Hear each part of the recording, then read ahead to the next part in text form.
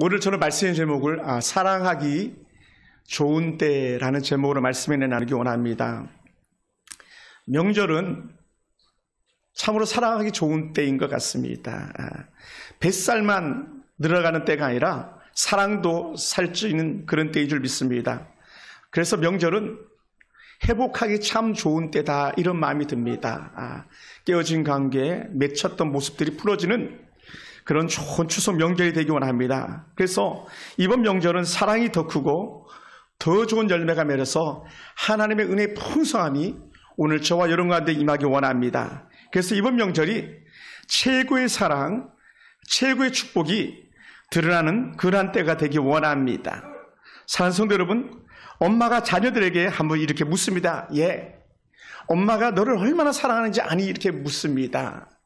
만약에 여러분의 자녀들이 그럼 뭐라고 대답할까요? 엄마가 너를 얼마나 사랑하는지 알아? 저도 가끔 우리 애들한테도 말합니다. 아빠가 너를 얼마나 사랑하는지 아니? 이렇게 물어봐요. 그럼 여러분의 자녀들은 뭐라고 대답할까요? 아마 이렇게 말할지도 몰라요. 엄마, 갑자기 왜 그래? 그리고 곁에 있던 남편도 이렇게 말할지도 몰라요. 여보, 지금 당신 애들한테 무슨 소리 하는 거야? 이렇게 얘기할지도 몰라요. 자녀들이 대답한다면 이렇게 말할 거예요. 엄마, 그거 당연한 거 아니야? 당연한 거잖아요. 엄마는 자녀들을 사랑하는 게 당연한 거거든요. 그러니 너무 당연해가지고 아이들이 반응이 없을 수 있어요. 물론 엄마니까 아빠니까 사랑하는 거 당연한 거예요. 하나님이시니까 우리를 사랑하는 거 어쩌보면 당연한 것입니다. 그러다 보니 어떻게 돼요? 당연한 사랑을 우리가 받다 보니까 사랑을 받아도 뭐가 없을까요? 감동이 없어요. 늘 사랑을 주니까 감동이 없어요. 늘 연애 편지 받아보세요. 감동이 없어요. 카톡도요, 늘 습관적으로 받으니까 감동이 없으니까 답장이 없는 거잖아요. 어찌 보면 사랑이 그런 거예요. 그래서 그럼에도 불구하고 어떻게 부모는 그들이 대답하든 말든 여전히 뭐합니까? 계속 사랑하는 거예요. 사랑한다, 사랑한다, 사랑한다. 그리고는 그 사랑이 언제 증명이 되냐면 아주 결정적일 때 증명이 되는 거예요. 어떨 때요? 큰 문제가 됐을 때, 그때서야 우리 엄마가 진짜 날 사랑했구나, 우리 아빠가 진짜 날 사랑했구나. 또 하나님의 사랑은 천국 갈 때쯤 돼가지고 하나님이 진짜 날 사랑하셨네 하면서 천국 들어가는 거 아닐까 생각되어집니다. 여러분, 오늘 우리가 하나님의 사랑을 받는 일에 어떻습니까? 하나님은 당연히 사랑이시니까 사랑하는 게 당연한 것 이렇게 여길지 몰라요. 왜냐하면 하나님 자체가 사랑이시기 때문에. 그래서 사도 요한이 입만 열면 하나님은 사랑이시라, 하나님은 사랑이시라 계속 얘기하니까요. 우리가 먼저 하나님을 사랑한 것이 아니요 하나님께서 우리를 먼저 사랑하셨다는 이런 고백을 계속 하잖아요. 뭐라고요? 하나님은 사랑이시라. 만일 여러분 가운데 하나님의 사랑에 대해서 당연한 것을 생각하는 분이 여긴다면 우리 좀 더 깊이 있게 하나님의 은혜를 생각하고 묵상하기 원합니다. 물론 그게 당연하지만요, 당연한 사랑을 다시 확인하고 지나갈 때에 훨씬 더 큰 영적 사랑의 에너지를 하나님으로부터 공급받게 되는 줄 믿습니다. 할렐루야. 정말 그래요. 그래서 오늘 이 시간에 우리 하나님의 성령이 여러분을 감싸 안기 원하고, 그래, 난 진짜 너를 사랑해라는 이런 신실한 은혜의 음성을 들려줄 때에 여러분이 적게나마 아멘 할 수 있게 되기 원합니다. 그리고는 여러분 말씀이 하나님의 은혜 가운데서 여러분에게 들려지는 말씀이 귓가에 들려질 때마다 하나님 그렇습니다, 나도 하나님 사랑합니다, 이런 고백이요 같이 일어날 수 있게 되기 원해요. 우리는 하나님이 우리를 사랑한다는 고백을요 좀 더 많이 들어봤으면 좋겠습니다. 가끔 극동방송을 이렇게 들어보면요, 극동방송에서 후원자들이 가장 많이 하는 말이 뭡니까? 얘야, 내가 너를 사랑하는지 이제 알겠니? 이런 음성을 가장 많이 들었다 그러잖아요. 하나님 사랑을 내가 들었습니다, 하나님 나를 사랑합니다, 이 고백을 내가 들었습니다 하면서 많은 간증들이 그 고백을 하더라고요. 여러분 극동방송 들어보세요. 많은 이들이 그렇게 고백해요. 또 한결같이 듣는 고백들인데, 저는 오늘 우리 성도들도 그런 고백을 했으면 좋겠어요. 목사님, 제가요 지난주에요 하나님 나를 정말 사랑한다는 고백을 들었습니다. 저는 너무 좋습니다. 이런 고백이 우리 성도들 가운데 들려지길 주의로 축원합니다. 할렐루야. 그러기 위해서 우리가 어떻게 해야 되겠습니까? 결국은요, 하나님께서 우리에게 주시는 편지를 자주 읽어보아야 됩니다. 하나님께서 우리에게 주시는 메시지를 자주 읽어보고 들어보아야 되는데, 그게 뭐냐 했을 때 저는요, 하나님 은혜 말씀을 가까이 하는 삶이죠. 할렐루야. 말씀을 가까이 하는 삶. 말씀을 읽는 게 연애 편지를 읽는 것과 같은 거거든요. 말씀을 읽고, 말씀을 암송하고, 말씀을 또 읽고, 말씀을 또 암송하고. 저는 우리 화장실에 12달 카렌다를 오려가지고 말씀만 이렇게 편집해 놓은 게 있는데, 오늘 아침에도 저 한 8구절 갖다 이렇게 막 소리내서 읽었어. 화장실에서 일어나가지고 화장실에서 하나님은 사랑이시라 막 등등 말씀 계속 읽었어요. 사실 지난주에 화장실에서 그 말씀 못하고 오늘 본문을 제가 찾아냈거든요. 아, 이 말씀을 전해야 되겠다. 사실 화장실에서 찾아낸 말씀이에요. 뭐라고요? 화장실에서도 연애 편지를 읽는 거예요. 잠자리에서도 연애 편지를 읽는 거예요. 어떤 연애 편지? 하나님께서 우리에게 사랑을 표현하는 그런 연애 편지를 읽게 되는 줄 믿습니다. 그래서 우리가 계속 읽고 또 깊이 묵상하다 보면 하나님 은혜의 잔잔한 감동이 우리 가운데 오게 될 줄로 믿습니다. 그래서 우리는요, 계속 하나님의 사랑을 듣고 하나님의 사랑의 흔적을 계속 간직하고 있게 되는 줄 믿습니다. 그것이 오늘 하나님께서 우리에게 주시는 사랑이에요. 제가요, 군에서 받은 세면백에다가 친구가 내게 준 연애 편지, 사랑의 편지를 그대로 다 간직하고 있습니다. 중학교 3학년 때 단짝이었던 친구 다루라는 남자친구가 제게 군에서 편지를 서로 주고받았는데 그게 한 이만큼 돼요. 근데 이거 가끔 이렇게 꺼내봐요. 꺼내볼 때마다 얼마나 정말 그때 친구가 나를 사랑하고 나를 좋아했는지를 다 알게 되어집니다. 그런 것처럼 우리 하나님의 사랑을 계속 꺼내보는데, 하나님 나를 사랑하신다는 걸 꺼내보는 그 사랑의 편지가 어느 것이냐 했을 때 이 연애 편지는 하나님의 말씀이에요. 말씀 계속 꺼내보는 거예요. 할렐루야. 그래서 하나님의 사랑의 흔적을 계속 보고 하나님의 사랑의 흔적을 찾아가면서 하나님, 나도 하나님이 좋아요 라는 그런 은혜를 갖다 우리가 누리기 원합니다. 그래서 제가 이렇게 말씀을 고백하다 보니까 이런 거예요. 하나님께서요, 눈을 정말 따스한 눈으로 우리를 바라보시는 거예요. 슬며시 바라보는 거예요. 흘겨보지 않습니다. 째려보지 않습니다. 부르뜨고 보지 않습니다. 하나님의 깊은 사랑의 눈으로 우리를 바라봐 주시는 것을 제가 이렇게 느끼게 됩니다. 그러면서 혼자 찬송을 부르는 거예요. 하나님의 사랑을 사모하는 자, 하나님의 사랑의 눈으로 너를 어느 때나 바라보시고. 이것도 연애 편지를 보다가 듣게 되는 것이죠. 우리 이 찬양 너무나도 익숙하지만 이 시간에 같이 한번 불러봤으면 좋겠습니다. 하나님의 사랑을 사모하는 자. 이 찬양을 보면서 하나님, 나도 하나님 좋아요, 나도 하나님 사랑합니다, 이 고백이요, 우리 가운데 임하기 원합니다. 그러면 한없는 사랑의 은혜가 우리 가운데 더할 줄 믿습니다. 뭐라고 표현합니까? 하나님의 사랑을 사모하는 자, 하나님의 평안을 바라보는 자, 너를 창조하신 창조주께서 너를 얼마나 사랑하신지라, 이런 고백이 있잖아요. 이 고백이 오늘 우리 가운데 임하기를 주님으로 축원합니다. 우리 찬양 같이 한번 해봅시다.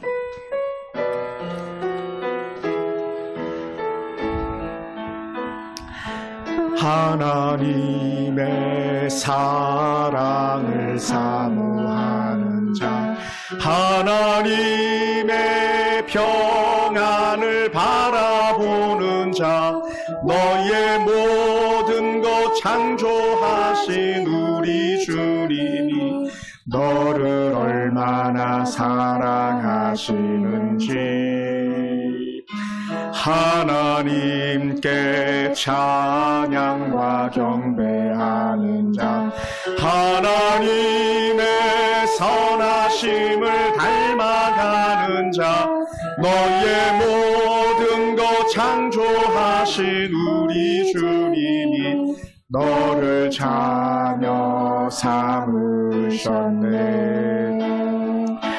하나님 사랑의 눈으로 너를 어느 때나 바라보시고,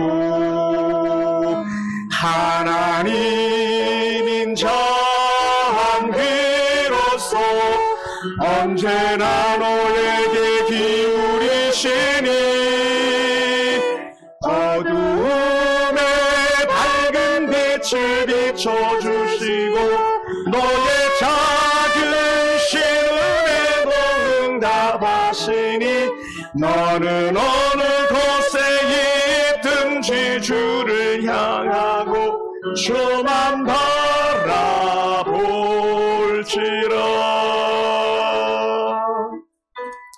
사랑하는 성도 여러분,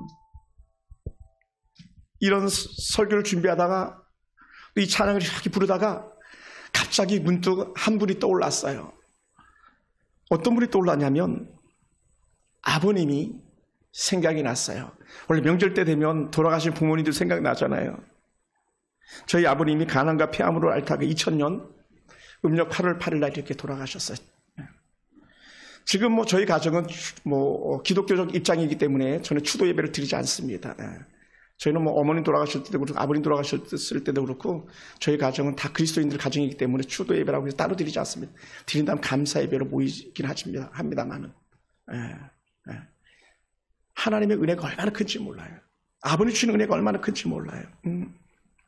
아버님이 형님을 모시고 사셨는데 가끔 가보면 아버님이 혼자 병을 앓으실 때 쓸쓸히 계시는 모습을 이렇게 봅니다. 저희 아버님이 젊고 힘이 있을 때는요, 세상 부러울 거 없는 그런 분이셨어요. 동네 어른들이 지금도 얘기합니다. 가끔 가보면 너희 아버지가 어땠었어 얘기하는데 그렇게 나쁜 평들을 하진 않으세요. 더 주기 좋아하고 섬기기 좋아하고 남이 가난한 거 보면 못 견디는 그런 아버님이셨어요. 근데 나이가 들고 몸이 야이어가고 점점 천수를 다해갈 때에 그 모습이 참 제가 볼 때는 그랬어요. 외로움 그 자체가 아니었는가 생각합니다.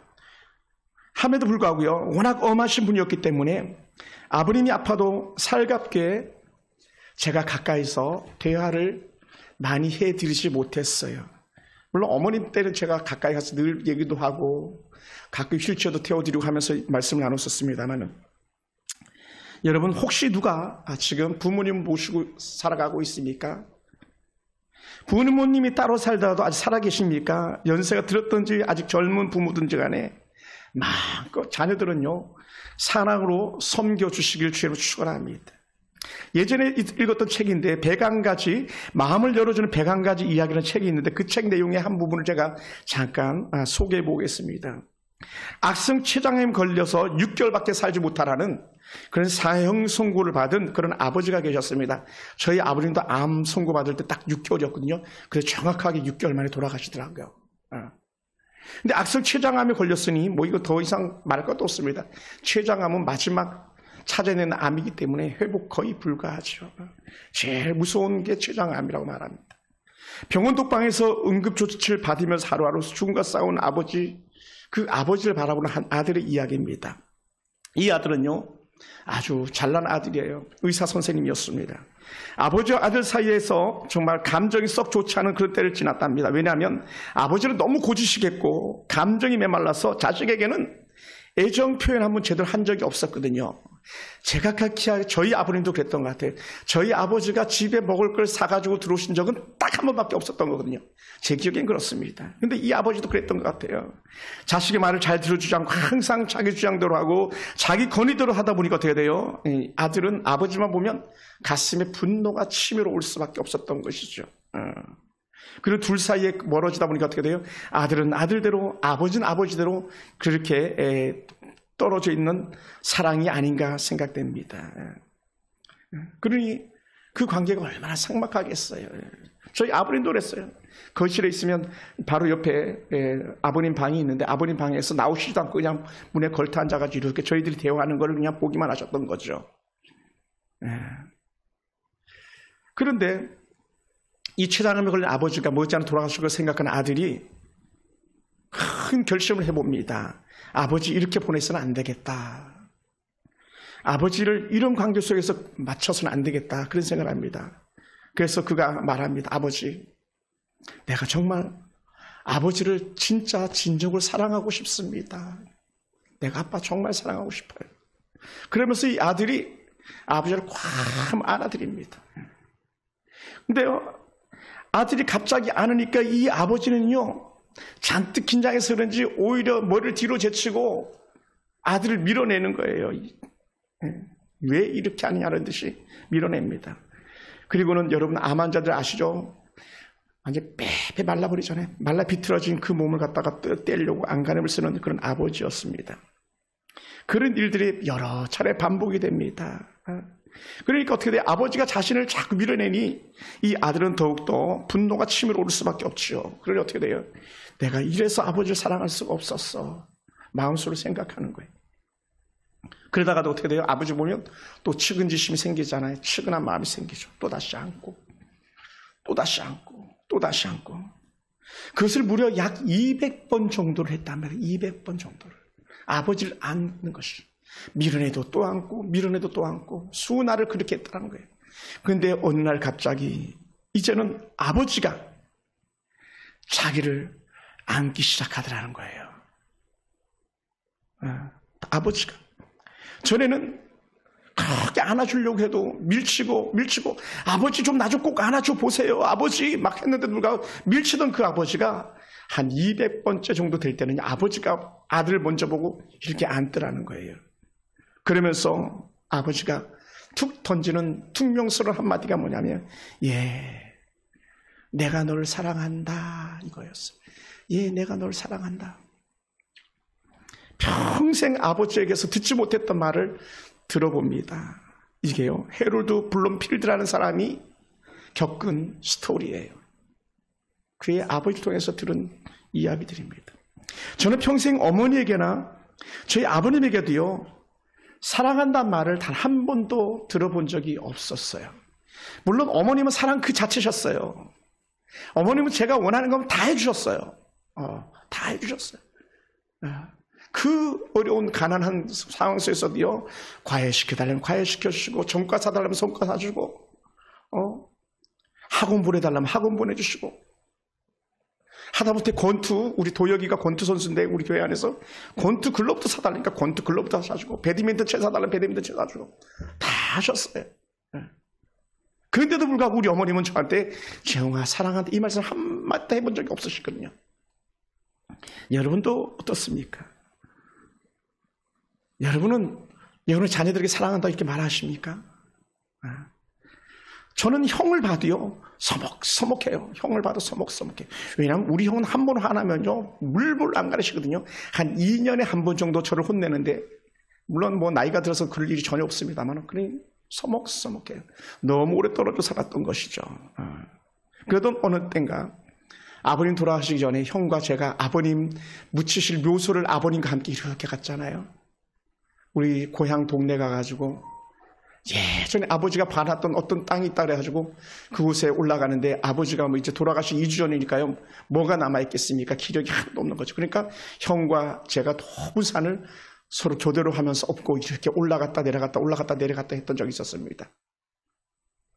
근데요, 평생의 그 기억이 제게 아버님과 함께 했던 가장 좋은 기억이었고, 평생 그 기억이 제 안에서 행복으로 남아 있습니다. 비록 아버님이 묻히실 장소를 찾는 그 시간이었고, 아버님을 묻고 돌아야 될 그 자리를 우리가 보고 왔지만, 그것이 가장 큰 행복이었습니다. 그리고 많은 시간이 흘렀습니다. 아버님이 돌아가시고 난 이후에 벌써 21년째가 됐으니까요. 저희 아버님이 돌아가시고 어머님과 함께 용인 납골당에다가 같이 모시려고 하다가 형하고 제가 의견을 본 게, 아버님 그냥 그대로 고향에 두자. 그래야지 우리가 고향 땅을 같이 갈 수 있지 않겠니? 그러시는 거예요.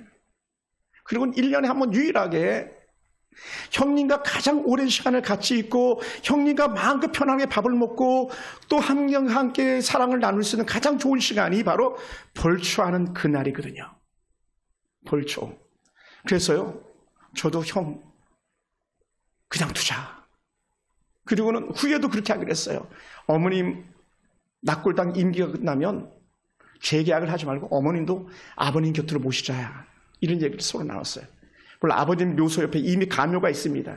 석관들이 이미 다 해놨습니다. 그런데도 저희는 어머님도 없지만 거기다 불철 다 해주고 이렇게 오는데, 그 시간이요, 형님과 제가 가장 행복한 시간, 사랑을 나누는 그런 시간이더라고요. 사랑하는 성도 여러분, 오늘 예수님께서는 제자들에게 하신 말씀이 뭡니까? 새 계명을 주노니 서로 사랑하라. 내가 너희를 사랑한 것 같이 너희도 서로 사랑하라. 너희가 서로 사랑하면 이로써 모든 사람이 너희가 내 제자인 줄 알리라. 이렇게 말씀합니다. 우리가 사랑할 때에 그제서야 예수님의 제자인 것이 드러난다는 거예요. 반면에 어떻게 돼? 반대로 사랑하지 않으면 제자가 아닌 거죠. 그런데요, 우리는 이 본문을 보면서 사실은 저는 그랬어요. 가슴을 치는 아픔이 있었습니다. 왜 가슴을 치는 아픔이 있었냐면 지금 예수님은 당신이 돌아가실 때가 이른 줄을 알고 계셨던 거예요. 주님께서 이번 주간에 돌아가시는 걸 쉽게 얘기하면 그걸 알고 계셨기 때문에 제자들과 작별의 시간이 다가오는 걸 알고 있었기 때문에 예수님은 너희가 서로 사랑해야 돼, 이 말씀하신 거예요. 그런데 중요한 게 뭔지 아십니까? 사실은요, 예수님께 서로 사랑하러 말하고 있는 그 시간 그때에 악한 사단은 가룟 유다의 마음에 예수를 팔려는 마음을 넣어주었어요. 그게요 13장 2절이잖아요. 우리 같이 한번 볼까요? 13장, 요한복음 13장 2절입니다. 같이 한번 읽어보시죠. 다 같이 시작. 마귀가 벌써 시몬의 아들 가룟 유다의 마음에 예수를 팔려는 생각을 넣었더라. 예수를 팔려고 하는 생각을 가지고 있는 가룟 유다 앞에서 예수님께서 하시는 말씀이 뭐라고요? 사랑하라는 거예요. 유다는 예수님을 사랑하지 않기 때문에 예수님을 파는 건데 유다 앞에서 유다에게도 똑같이 말씀하는 거잖아요. 사랑해야 돼, 사랑해야 돼, 이렇게 말씀하시잖아요. 또 예수님은 끝까지 사랑을 보여주시기 위해서 직접 행동으로 사랑을 나타내 보이는데 어떻습니까? 하나님이신 예수님께서 낮아지셔서 종의 신분을 갖는 건데 그 종의 신분을 가지고 하신 행동이 뭐냐면 바로 제자들의 발을 씻어주는 거예요. 그게 요한복음 13장에 나오는 사건들이거든요. 13장 5절이에요. 5절이 이렇게 표현합니다. 이에 대야에 물을 떠서 제자들의 발을 씻으시고 그 두르신 수건으로 닦기를 시작하여 라고 말합니다. 수건 허리춤에 두르신 예수님께서 종들이 하는 일을 예수님께서 하시는데 제자들의 발을 씻기기 시작하는 거죠. 그게 사랑이었어요. 그리고는 예수님이 이 말씀을 하신 후에 최후의 만찬을 함께 하십니다. 그리고는 각 제자들에게 떡을 건네되 가룟 유다에게 특별히 떡을 건넵니다. 그리고는 성경은 우리에게 이렇게 말하고 있어요. 예수님께서 서로 사랑하라 말하면서 떡을 떼고 있을 그때에 13장 30절에서 뭐라고 했을까요? 우리 30절 한번 볼까요? 13장 30절입니다. 유다가 다 같이 시작. 유다가 그 조각을 받고 곧 나가니 밤이러라. 유다가 서로 사랑해야 돼, 사랑해야 돼 하면서 제자들에게 맛있는 떡을 떼서 입에다 넣어줍니다. 그런데요, 하필이면 유다가 그 떡쪽을 받아 먹고 나가니 밤이러라는 거예요. 예수님의 사랑의 징표를 가지고서 사랑을 받아 먹었지만 악한 사단이 가룟 유다를 확 정말 뒤집어서 씌워버리니까 어떻게 돼요? 악한 사단의 도구가 되어서 사단의 세계로 나가는 거죠. 그것을 상징적으로 밤이라고 말하는 거예요. 그리고 우리에게 주시는 은혜 말씀 들어보니까 우리는 빛의 자녀니 빛 가운데 거하라 그러는 거잖아요. 어둠의 길로 가지 말라 그러잖아요. 그러니까 어둠의 자리가 아니라 우리 은혜 자리, 빛의 자리를 가야 되는데 이 가룟 유다는 예수님을 팔리기 위해서 밖으로 뛰쳐나가 버리고 후에는 어떻게 됩니까? 대제사장과 로마 관원들 데리고 와가지고 예수님을 결국은 잡아가는 일에 앞장을 쏘고야 말지 않습니까? 그러면서 예수님께서 지금까지 베푼 사랑을 유다는 한 번에 다 쏟아버리는 것이 유다가 그 조각을 받고는 사랑하지 않을 거야, 난 당신을 사랑하지 않을 거야 라고 외치듯이 그는 밖으로 뛰쳐나가 버리고 만 것이죠. 참으로 안타까운 일이 아닐 수 없습니다. 사랑하는 성도 여러분, 지금 예수님과 함께하는 자리에서 11제자 역시 마찬가지 어떻습니까? 유다처럼은 아닐지라도 주님의 사랑을 뒤로하고 모두 다 도망쳐야 될 시간들이 점점 다가오는 것이죠. 어떤 도망이요? 나도 예수를 몰라라고. 유다는 예수를 팔았지만 다른 제자들도 똑같이 유다와 어찌 보면 다 동격인 거예요. 표현만 다른 것이지. 예수님을 모른다라고 베드로 같은 경우는 3번씩이나 부인하는 거잖아요. 이거 절대적인 거거든요. 정말 모른다는 것이 3번이거든요. 사랑하는 성도 여러분, 우리도 그런 삶을 살고 있지는 않습니까? 유다가 나가니 밤인 줄 아시면서도 예수님께서는 여전히 그 사랑을 갖다 중단하지 않고 계속적으로 말씀하세요. 뭐라고요? 오늘 우리가 읽었던 35절 보면 우리 만판에 새길 수 있게 되기 원합니다. 이렇게 35절을 말씀하죠. 너희가 서로 사랑하면 이로써 모든 사람이 너희가 내 제자인 줄 알리라. 너희가 서로 사랑하면 너희가 내 제자인 줄 알 거야. 지금도 예수님을 사랑하지 못해 도망칠 제자들한테서 서로 사랑하라고 얘기하고 있는 거예요. 예수님은 끝까지 우리를 사랑하신다는 증거를 보여주시기 위해서 십자가로 성큼성큼 나가고 있음에도 불구하고 가룟 유다나 어떤 제자들은 제가 느끼긴 그렇습니다. 예수를 모른다고 부인했던 것들, 예수님 앞에서 길길이 도망치는 그 모습들을 갖다가 저는 이렇게 표현하고 싶었어요. 예수님의 등 뒤에서 칼을 꽂는 그런 자들이라고 저는 생각이 들었습니다. 예수님께서는 그들이 당신에게 침뱉고 칼 꽂을 줄 아시면서 어떻게 되세요? 그럼에도 불구하고 서로 사랑해야 돼. 사랑해, 사랑이라고 말씀하고 있는 것이죠. 사랑하는 성도 여러분, 저는 아버지나 어머니는 저를 말로서는 사랑한다고 말씀하지 않았지만 돌아보면 저희 아버님이나 저희 어머님이나 세상의 모든 걸 다 주셨어요. 제가 보니까 다 받았더라고요. 다 받았어요. 물론 저희 형님도 제게 다 주셨어요. 제게 다 주신 게 뭡니까? 저희 어머님 아프실 때도 저희 아버님 아프실 때도 그 모든 뒷수발은 다 형님 차지가 되고 말았어요. 마지막 예수님을 영접하시 천국 가시는 것까지도 어찌 보면 제게 가장 큰 선물로 안겨주신 그런 은혜의 흔적들이 아닌가 생각되어집니다. 그리고는요, 저는 이런 생각이 들었어요. 지금은 누님도 이제 돌아가시고 안 계십니다만은 내 남매가 다투지 않고 화목하게 잘 살게 해준 것만도 가장 좋은 선물인 것 같아요. 할렐루야. 가장 좋은 선물이에요. 네? 부모님은요, 다 주고 가시는 분이에요. 예수님은 당신을 파는 제자 유다까지라도 사랑하시면서 다 주고 가신 그 예수님이에요. 네. 제자들이 어떻습니까? 비록 등에 칼을 꽂는 것처럼 모른다고 3번이나 부인했지만 예수님께서는 끝까지 사랑하실 거예요. 끝까지. 여러분, 사랑은요, 그래서 중간에 포기하지 않는 거예요. 사랑의 줄은요, 중간에 놓지 않는 겁니다. 한 번 덮은 하나님의 사랑은요, 그 어떤 것도 그 사랑을 갖다가 끊을 수 없다고 말했습니다. 할렐루야. 그러므로 저는 이번 명절이요, 부모와 자녀 간의 사랑을 확인하는 그런 복된 은혜의 시간이 되길 주로 축원합니다. 부모와 자녀 사랑은요, 내리 사랑과 오름 사랑이 하나됨입니다. 내리 사랑만 알고 있지 우리는요, 오르는 사랑은 말하지 않습니다. 우리는 물이 항상 위에서 흘러내리지 물이 위에서 아래서 위로 흘러가는 예가 없다고 말하지만 하나님은 우리에게 말씀하십니다. 얘야, 내리 사랑도 있단다. 하지만 오름도 있어 라고 말하는 거예요. 오름이 뭡니까? 오름의 사랑, 이건 제가 그냥 표현해 보는 겁니다. 하나님의 내리 사랑은 십자가 사랑이었습니다. 하나님의 오름 사랑은요, 우리가 하나님을 사랑한다는 고백이에요. 할렐루야. 이렇게 올라가는 사랑이에요. 하나님 사랑합니다. 하나님 사랑합니다. 근데요, 중요한 게 뭔지 아십니까? 하나님께서 오름 사랑, 너희도 나에게 사랑한다고 말해, 너희도 나를 좋아한다고 말해라고 하는 영적인 명령이 우리 가운데 있더라고요. 그것을 저는 이렇게 찾아보았어요. 신명기 6장 5절입니다. 우리 신명기 6장 5절 한번 찾아봅시다. 신명기 6장 5절입니다.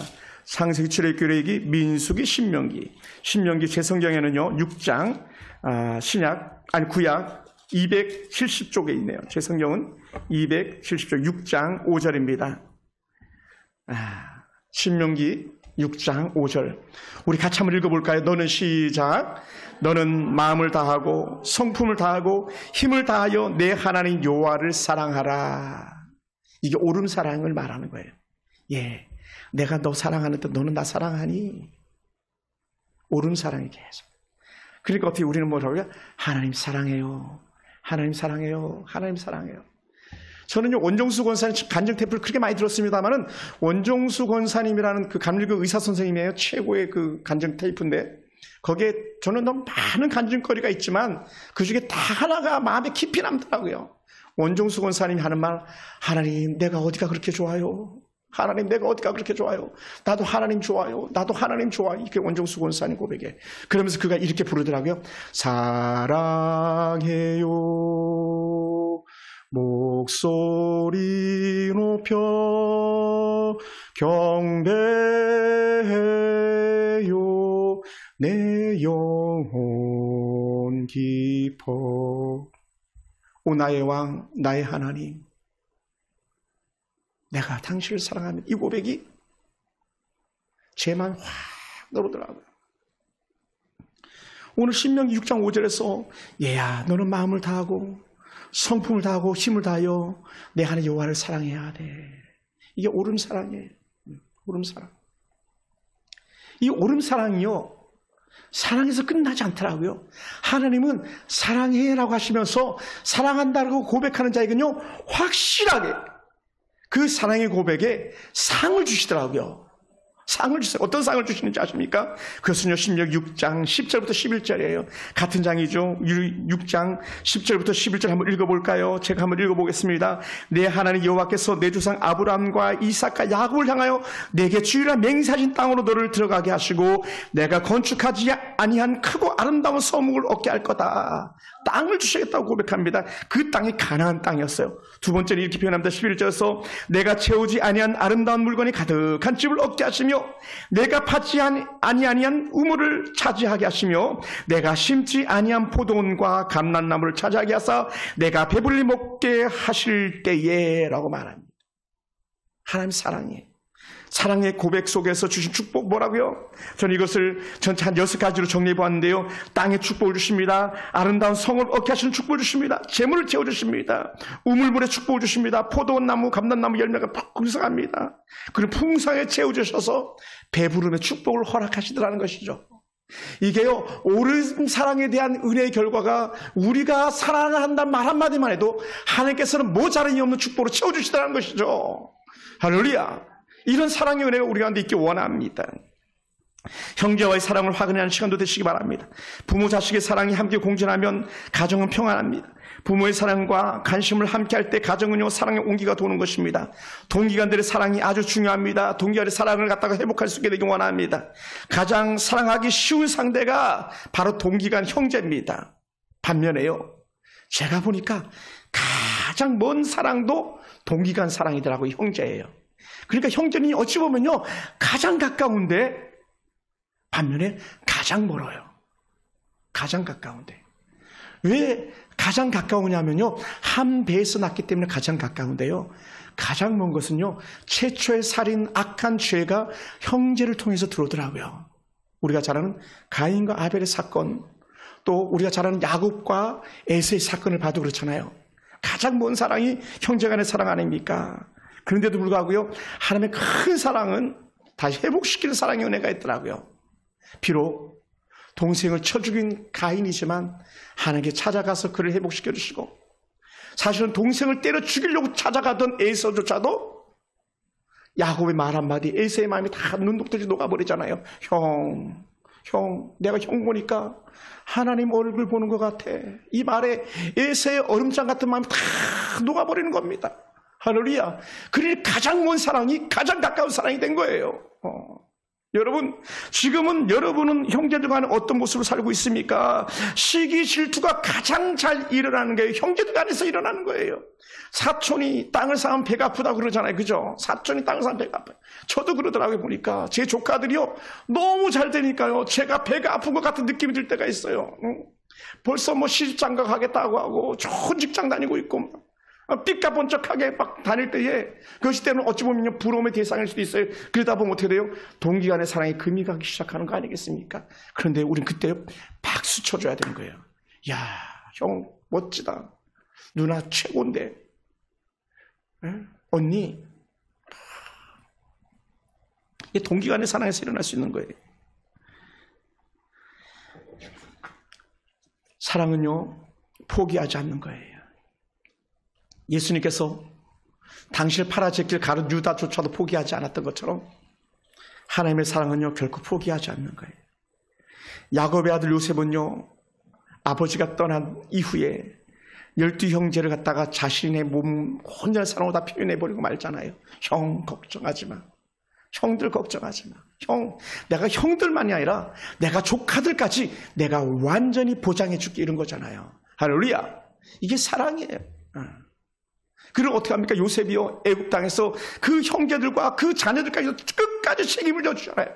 그러니 어떻게 훗날에 그 형제, 그 자녀들의 자손들이 요셉의 유고를 애굽에서 메고 나가는 그 아름다운 열매가 있잖아요. 그의 사랑이 있었기 때문에 그래요. 만약에 요셉이요, 그래 아버지 따라 잘 됐다 찬스다면서 형들에게 원수를 갚는다고 생각해 보세요. 그럼요, 누가 요셉의 유골을 메고 나가겠습니까? 그 무덤은 돌아보지도 않는 것이죠. 뭐라고요? 사랑은요, 그래서 말하는 거예요. 끝이 없다. 사랑은 그래서 말합니다. 다함이 없습니다. 그래서 형제간의 사랑도 그래서 저는 이렇게 표현하고 싶어요. 무조건 사랑이다. 형제간의 사이 넘치면 원망과 시비를 덮는 힘이 있습니다. 에스가 동생 야곱을 원수로 삼았지만 하나님은 두 형제의 마음에 사랑으로 회복되게 하셨습니다. 동기간들이 하나님이 험한 세상 살아갈 때에 함께 힘보태라고 하나님께서 동기간들을 허락하신 줄 믿습니다. 형제들 사랑하는 것이 곧 나의 내일이 보장되는 길이었던 것이죠. 나를 위해서라도 사랑하고 섬김을 다할 때에 하나님께서 이 땅에 형제 주신 목적을 우리는 찾아내는 줄로 믿습니다. 사랑하는 성도 여러분, 그러면서 우리는 기억하기 원합니다. 그래서 이번 추석은 사랑을 표현하기 좋은 때라는 거예요. 할렐루야. 한번 옆 사람과 인사할까요? 이번 추석에는 우리도 사랑을 표현해 봅시다. 사랑을 표현해 보는 거예요. 우리 하은이 앞에 있는 샘플로 언니 사랑에 동생아 사랑이 한번 표현 한번 해보세요. 네, 우리 하은이 하영, 네. 서먹서먹 그 자체네. 사랑은요 과도하게 표현하는 거예요. 과하게. 제가 많이 후회하는 것들도 있는데 사실 제가 과도한 친절을 베풀다가 손해를 본 적이 참 많았어요. 그래서 과도한 친절을 베풀지 않는 걸 제가 일부러 막 생각하는데요. 근데 몸에 밴 게 있어가지고 그게 잘 되지 않아요. 사랑은요, 손해볼지라도 사랑하는 거예요. 친절은요, 손해볼지라도 친절하는 거예요. 손해볼지라도. 사랑은요, 다 주는 거예요, 다.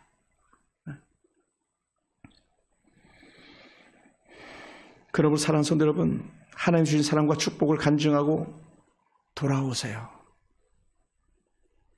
내가 이렇게 사랑했어요. 저렇게 사랑했어요. 이거 간증하고 돌아오세요. 다비다가 죽었을 때 그 주변에 있던 사람들이 이거 다비다가 준 옷이에요. 이거 보세요. 치막을 펄럭였던 그 여인네들처럼 이번 추석은요. 내가 이 사랑 받고 돌아왔어요. 내가 이 사랑하다가 돌아왔어요. 이런 표현들이 저와 여러분한테 임하길 원합니다. 명절은요. 하나님과의 사랑을 회복하기 좋은 때입니다. 명절은 가족들과 사랑하기에 더 좋은 때입니다. 이번 명절이 그러한 찬스가 되기를 주님으로 축원합니다. 지금은 사랑하기 좋은 때입니다. 기도하겠습니다.